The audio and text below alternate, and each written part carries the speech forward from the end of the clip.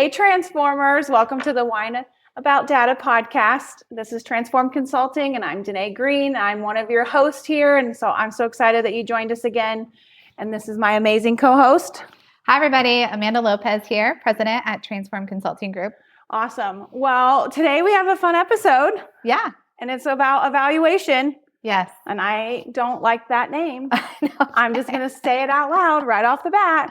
But before we get into the nitty gritty about all the data, we need to stop and talk about our wine first, because we did call our podcast Wine About Your Data, and we have this whole thing about wine. So yes. Anyways, what wine do we have here, Amanda? Yes. And feel free to put whatever you want in your beverage while you're joining us today. Yes, we are choosing to enjoy a wine in Southwest Michigan, Lazy Ballerina Winery. Ooh. Yes. So it's a really cute wine shop in downtown St. Joe in Southwest Michigan.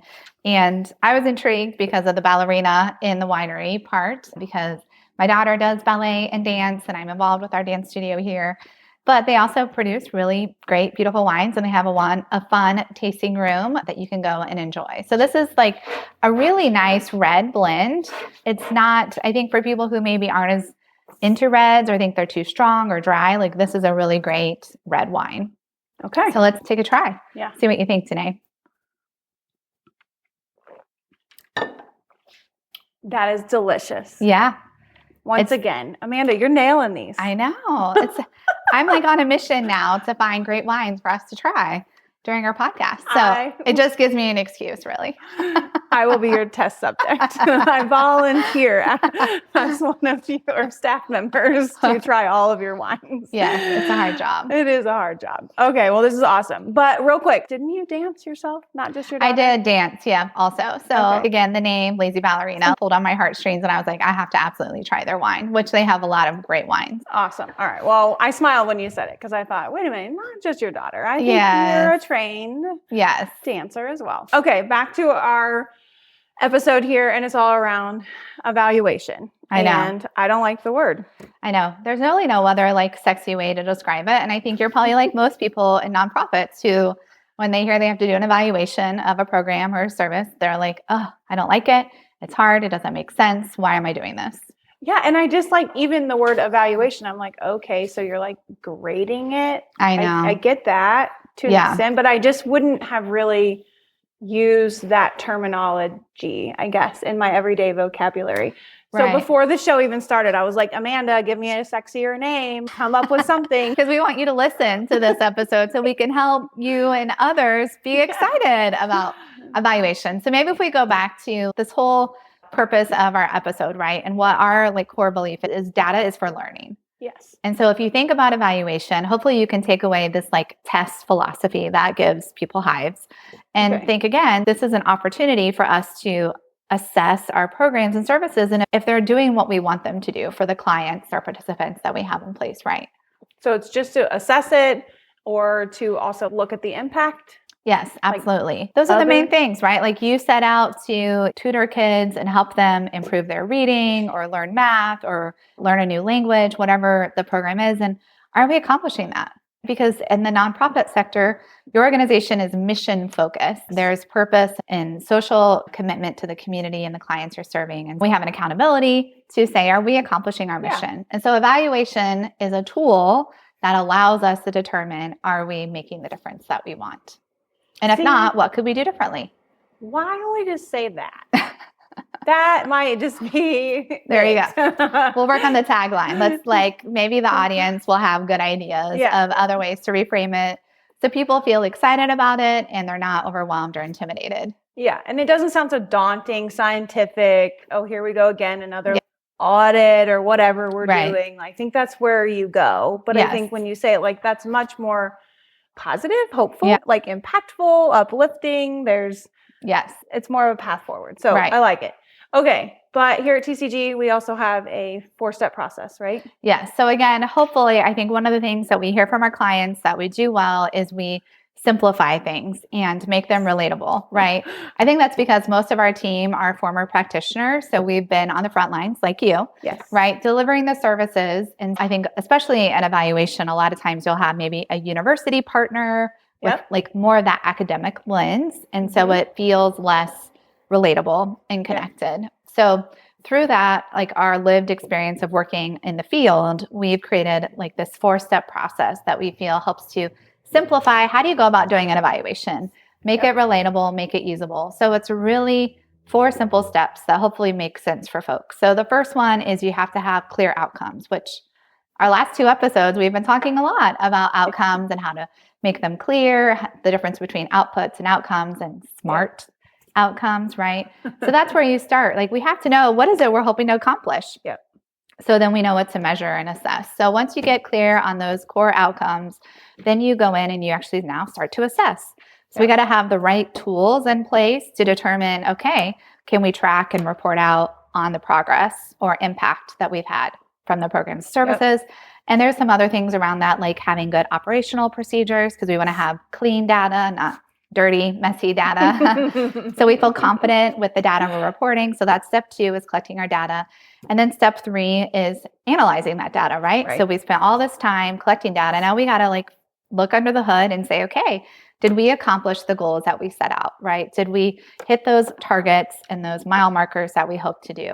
So we're going to analyze and summarize that. A lot of times you're doing that from a grant report, maybe end of the year report, that type of thing. We hope to move our clients to do that on a more regular basis, right? And not just doing it like end of the year, end of the program. Maybe while you're collecting data, you can look at it.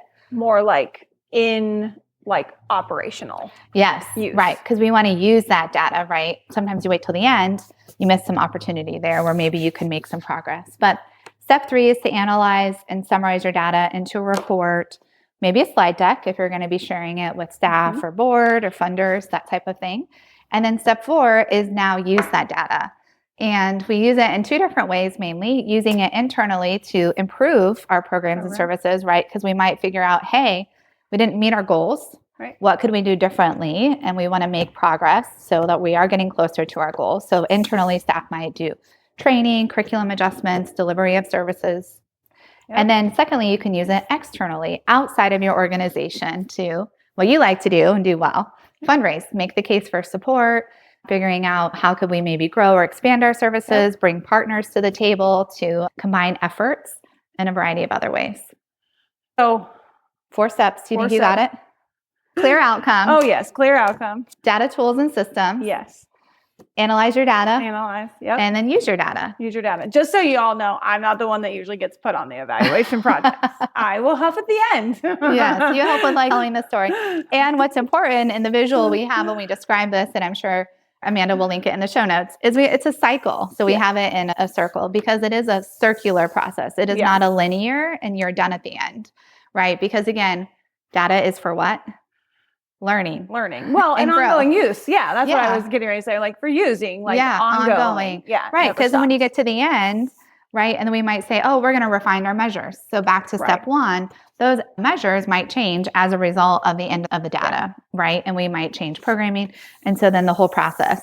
So if you're coming into an organization and this is, let's say, like the first time they're really doing this evaluation process, what's the timeline for that? Like, how long does it take to put this kind of thing in process? Yes, that's a really interesting question. And I think it varies depending on the organization.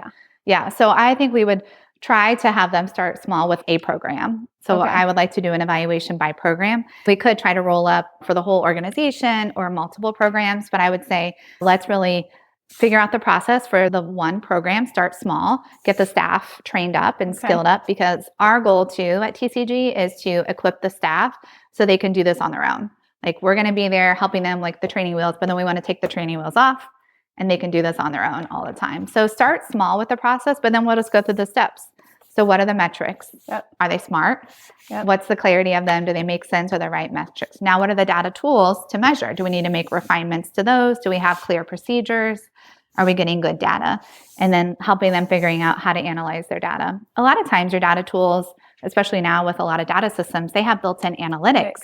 So they're doing a lot of analysis for you. Everything from a SurveyMonkey, but you might want to do some more refinement. Sometimes we do some training around Excel or other tools if we use a data visualization software, depending on how we want to present that data.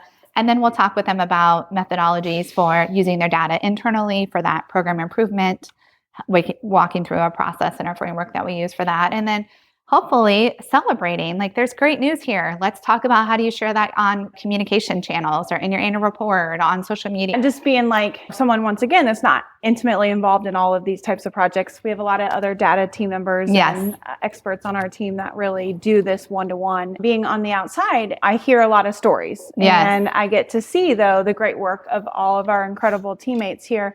And one of the things, though, is we worked hand in hand with an organization. And I'm pretty sure I'm right here, but they actually took all these data tools and then they created a schedule of when all the data was supposed to be reported out. Right. And then you actually went like position by position. Yes.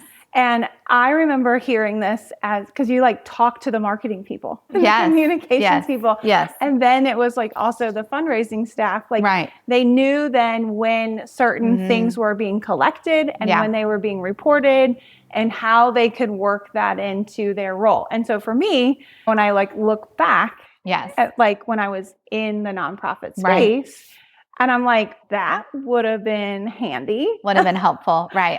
Minimize a lot of headaches. And I think that framework, the 4-step process, can be scaled to various organizations. So I think one you're talking about, they're an organization of 50 to 70 staff. Okay. So they have different departments, but we've also worked with a small nonprofit with half a dozen staff and have a lot of volunteers. So depending on the process, but for us, we also work to make sure it gets integrated within the organization, right?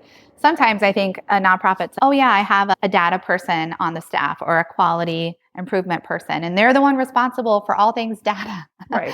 But the reality is it's everybody's part who needs to be involved as you think about those 4 steps, right? Because a lot of times the people collecting the data are the program staff. Right. They're the ones interfacing with the clients and the participants that you serve, and they're going to be collecting the data.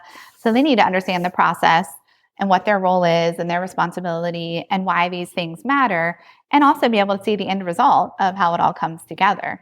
And then, like you said, the using the data, your marketing team, your development team who's writing grants and fundraising, they want the data so they can go and share it out and know when that's happening. And so depending on the size of an organization, we might map that out for everybody, especially if your programs run on different cycles. You might know, okay, in spring, we're going to have new data. And so that's when we're going to put together a report, and then it can be shared with the like the development department or the marketing department. But then the program team also knows they need to get this in place so that the development department gets their data by this date for this grant or this event. Yeah. And then people aren't like running around last minute trying to pull things in. Yeah. So if we can get things on a schedule and map it out in advance, then again, I think it builds efficiency.